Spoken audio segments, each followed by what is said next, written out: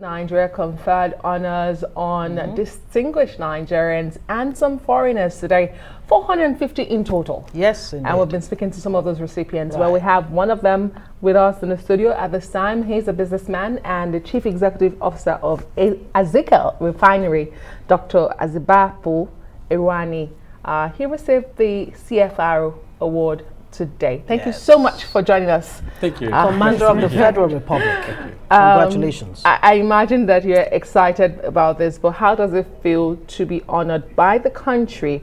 And I want you to add to this, because the president did make a speech today and he said, you know, we should join hands. Says his administration will continue to build the Nigeria of our dreams with like minds. How can we build the Nigeria of our dreams? Well, it's very humbling, with mixed feelings of excitement, that the president considered me worthy to receive the commander of the Federal Republic.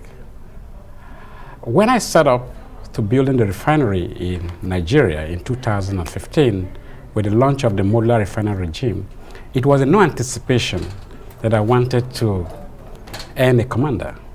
The whole inspiration was, it is time for us to begin to add value to the Nigerian crude oil and begin to reversing the trend of net importation of refined product. We needed to create wealth, we needed to create industrialization. So I commenced that journey, and today Azikel Refinery is the first private hydroskimming refinery using condensate and crude oil to producing petrol, aviation fuel, kerosene, and LPG. So today the president considering me worthy is an inspiration to all Nigerians, and most important to the Nigerian youths.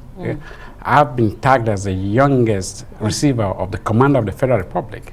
But the assurance is this: if you stand for your country, the country will stand for you. The Nigerian youth and the Nigerian people will at this point begin to all team up together with our various areas of specialization to work for the country. We have to build this country. There is no other country elsewhere, and no one will do it. We have to do it. Absolutely. So this is the inspiration. It's a call to duty to me. It is a call to more service, that we have to do this. We have to join the administrations of various regimes to build in Nigeria.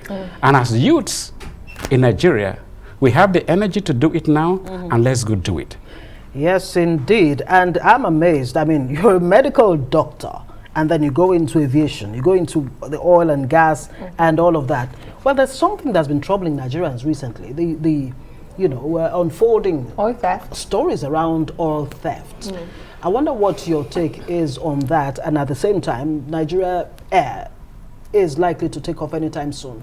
Help us understand how this can be a success. The oil theft in Nigeria is a sad situation.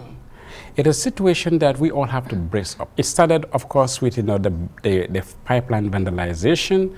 Then, of course, it's progressed to people now ask themselves, why do we vandalize a pipe? Can we now begin to cook that crude oil and making money? All of it was because we do not have functional refineries in Nigeria.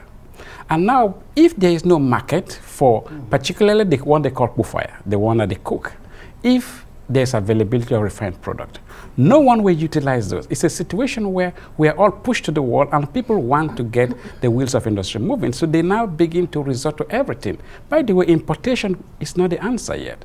So, you know, having these sets of licensees, of course, it's challenging to build refineries. We've been able to break that, but quite a lot of licenses were given, but not many have been able to make that success. But of course, with this venture of us creating opening the private space to building these refineries, will then begin to increase the availability and sustainability of refined products in the country. Of course, nobody will want to patronize the fire, like they call it in Niger Delta. Then the other situation where there's been some more sophisticated approach of selling the Nigerian crude oil or laying pipelines subsea into the ocean, these also have to do with increased surveillance. We have to do increased surveillance. The military would need to increase more surveillance in our maritime ways, because if we boost all of these activities, we will certainly stop all of these leakages, then ensuring that, of course, we then begin to retain our space, our position as one of the leaders producers of crude oil in Nigeria. As of today, we hardly could even meet our OPEC quota. But because a lot of what is produced is being diverted in other unrecorded ways, because people are making benefit from this. with the call to duty, with what Nigeria stands for today, and it's beginning to pay. That people are now beginning to realize that we cannot continue like this.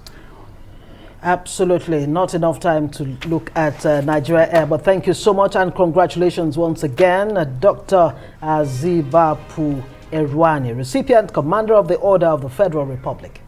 Thank you so much.